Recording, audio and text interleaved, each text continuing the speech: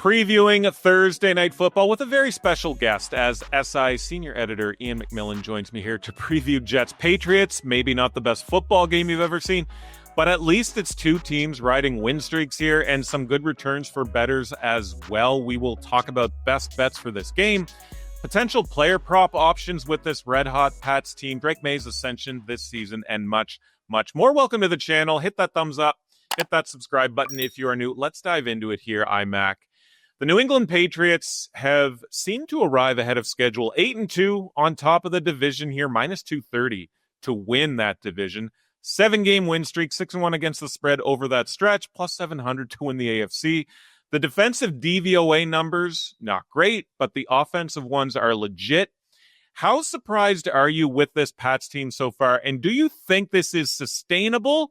Or maybe you think this might be a good time to buy into Bills futures, at least for the AFC East. Your thoughts here? Yeah, I don't know if I'd buy into Bills futures because I think the regular season is going to continue to go the Patriots way, but I would hesitate to buy in on any Patriots Super Bowl or AFC Championship futures because I do think this does, not to take too much away from the Patriots, I think it does come down to how easy of a schedule the Patriots have had. I don't know if I've ever seen an NFL team have this easy of a schedule from start to finish. What has been their hard game so far?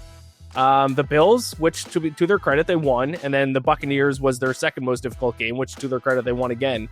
But they played the Panthers, they played the Saints, they played the Raiders, who they lost to in week 1. And now the rest of the way out, and this is why I wouldn't bet on any Bills futures, because they have two difficult games, the Bills and the Patriots, and that's it. The other 5 games the rest of the season are the Jets, which we're talking about, Bengals, Giants, Jets, Dolphins. Like, I honestly don't know if I've ever seen a team with this easy of a schedule from start to finish for an entire season. It's pretty crazy. Now, the Bills losing to the Dolphins is huge, because if the Bills beat the Patriots in the rematch, that ties up their season series. That means if they do finish with the same record at the end of the season, the next tiebreaker is divisional record.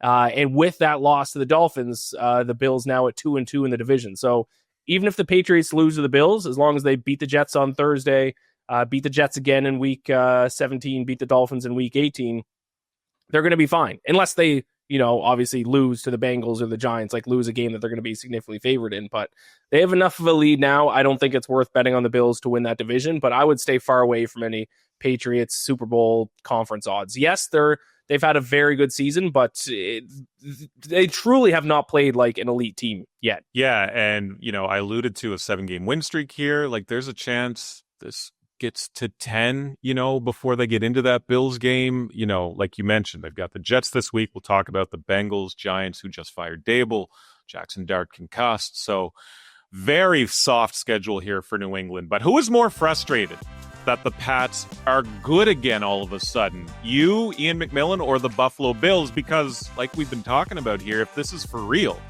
the Bills window might be slamming shut real quick. No, I'm more frustrated than Bills fans should be, because I do like the Patriots are probably going to win the AFC East the AFC East this season.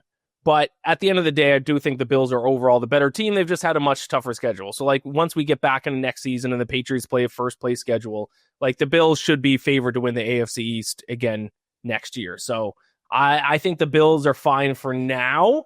We'll see how much longer their window stays open for. But I'm frustrated because I hate Boston sports fans. All I want, Ninja, is for me to win a championship, a team I cheer for to win a championship. And we were talking about before we started recording, the Blue Jays, as close as a team can get. The 2 championship opportunities I've had is that and the 28-3 game for the Falcons. And now we have Boston sports fans who had how many championships the first 25 years of my life? 16? Something like that? 6 Super Bowls? They had 3 or 4 like not so good NFL years, and now they have an MVP candidate in Drake Maye, and they're back to winning the division, going to get the number 1 seed in the AFC. What did the city of Boston do to deserve this? This isn't fair. Yeah, don't even get me started about baseball, because the Red Sox kind of have a good farm system. They got a couple of prospects who have already arrived. Don't even get me started about baseball, for the love of God. I've still not lived down the World Series Game 7. Drake Maye. And the Bruins have won 6 straight games too, just beat the Leafs on the weekend. So yeah, perfect. Drake Maye showed a lot of flashes as a legit QB in his rookie season, but has taken a gigantic step in year 2. He's now the favorite. I don't know how we're talking about this, but he's now the favorite at DraftKings, at least, to win NFL MVP. Crazy. So if you were to think about the state of starting quarterbacks, across this league, where does Drake Maye land in IMAX QB hierarchy right now? He's definitely top 10. He's probably in the second tier, right? Like, I don't know if we can yet put him in the Josh Allen, Lamar Jackson, Patrick Mahomes tier, but he's firmly in the second tier. So maybe you could slot him in at number 5 behind maybe Stafford at 4. Maybe 6, 7, somewhere in that range. Once again, though, to go back to the same thing that I've been saying, though, like, I need to see him do it against an elite defense. Who's the best defense he's faced this season? The Falcons defense?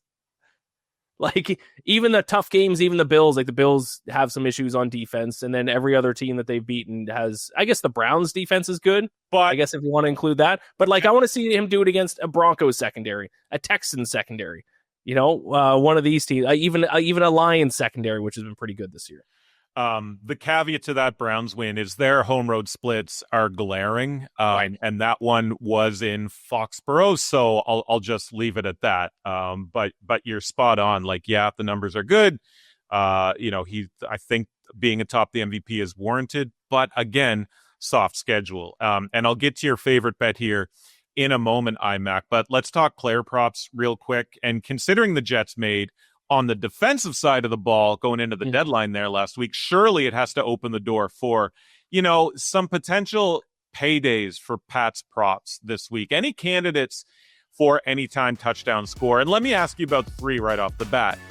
We maybe saw the arrival of Trevion Henderson in week 10, who is minus 180 at DraftKings for anytime touchdown. Stephon Diggs plus 125. He's got a touchdown in 3 straight games going into this one. Even Drake Maye at plus 205, who is always a threat with his legs. Thoughts on those 3 names, and then maybe anyone else you might be targeting on this team? Yeah, I mean, I like Trevion Henderson. It's nice to see him finally have a kind of an, coming out party. And he did play finally a lot of snaps, 83% of offensive snaps for the Patriots this past weekend. Do I want to lay a minus 180 price on him, though, especially kind of how with the Patriots have treated the running backs this season? No. You could go Diggs, you could go Drake Maye. I certainly don't hate either of those. If I were to take one of those 3, I'd probably lean towards Stephon Diggs. But I would be looking to personally target the Patriots tight ends. You could go Hunter Henry, or if you want to be a little bit more aggressive, I don't have the odds here in front of me, but if you want to be a little bit more aggressive, Austin Hooper, maybe a little bit of a dark horse as well. I see one book has 5-1 right now.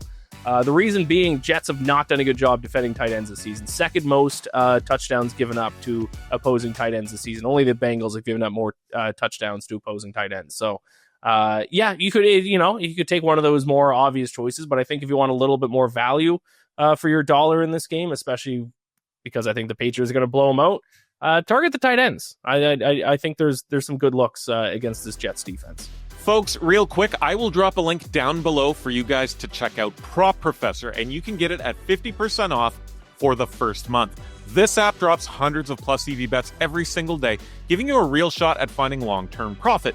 Still some small plus EV plays available for this football game. Under 46.5 points, 1.7% plus EV at odds of minus 125 over at Hard Rock. Just a sample of what Prop Professor offers its users. It's got plays for the NFL, NBA, college football, and plenty more, all backed by data. You'll get access to tools for arbitrage betting, fantasy optimizer, and much more, so you can cover all of your angles. Go give it a try.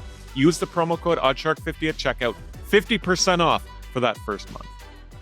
Here with Iain MacMillan, among many other titles, the host of the Bacon Bets podcast. So make sure you listen religiously. Find it wherever you get your pods. IMAC, we got to talk about the Jets a little bit here. They've somehow swept the Ohio series. They've won back-to-back games. Did that win over the Browns show you anything about this team? Is there a chance they are maybe trying to rally behind Aaron Glenn, after the trades? They're competitive. I'm air quoting here. They're 5-4 against the spread, I believe, coming into this one. Or was that win just a massive outlier and this team still sucks? What are your thoughts on the Jets? It showed me one thing that I already had a belief in about the Jets, but it's so hard to predict whether it's going to have an impact game in and game out. And that's they actually are very good on special teams. And I mean, that's what won them the game. 2 special teams touchdowns, right? Kickoff return and then punt return back to back before the offense even touched the field. Third in the NFL in special teams DVOA. We saw this earlier this season as well. Was it the Buccaneers that blocked a field goal and returned it for a touchdown, which looked like it was going to be the winning score at the time? Early in the season, the Buccaneers ended up going back down and kicking a game winner. But the Jets are very good on special teams. That's what won them the game. But it's so hard to bet based on like special teams, because like most games, special teams won't have a massive impact. But then there'll be games like last week against the Browns where it gives a team a 14-0 lead. So, I kind of knew the Jets were very good on special teams. Do I think, they're going to rally behind Aaron Glenn? No, I still think their offense stinks. They truly cannot throw the ball. Their defense is now atrocious. So, no, but it is worth noting their special teams are pretty good. Is that enough to take the points with them in this spot? Is that enough to back them in some future spots against some bad teams? Maybe. But that is worth noting. It's something to keep in mind because special teams does play a bigger role in the outcome of games than I think a lot of people think. Let's talk about your favorite bet for this game then. As we sit here early week, 11.5 is the spread here. Both teams minus 110 there at DraftKings. At the very least, the total is 43.5. The over minus 112. What is your favorite bet for this one and why, Iain? I hate laying a big spread on a divisional game on a short week. This is typically the spot you want to take the team getting the points. We saw it with the Raiders last week. How many times have we seen short weeks, divisional opponents? It's the underdog that comes through, whether it's to win or to cover. Broncos, Raiders last week. Wasn't it the injured 49ers against the Rams early in the season? There's been the Dolphins covered the first game, didn't win, but covered against the Bills on Thursday Night Football. But I just can't back the Jets. I can't do it. Not only because obviously the Jets sold everyone, or at least on defense. Not only are they by far the worst team, but stylistically, this is also a bad matchup for the Jets because the Patriots defense can be had in the secondary. Their secondary has not been good this year. Teams have been able to throw the ball against them. You can't run on the Patriots defense. What is the only thing the Jets can do offensively is run the ball. So the only way to, I think, exploit the Patriots defense is to throw the ball. They can't throw the ball. Last in almost every single passing metric. They're averaging 143 passing yards per game. That's last in the NFL by almost 20 yards. So I just don't think they have offensively what they need to be able to exploit the weaknesses of the Patriots defense. And this is obviously on the road too. So I'm actually a little bit happy that the Jets won this past week because I think that has actually led to us getting a slightly better price on the Patriots here in this spot. But yeah, not only are the Patriots by far the better team, it's just stylistically, this is like a nightmarish matchup for the Jets. So it pains me. I don't love it because these short week divisional games, but I'm going to lay the points with New England. You could also take the under too. Maybe the under is a smarter play, but I'm going to lay the points.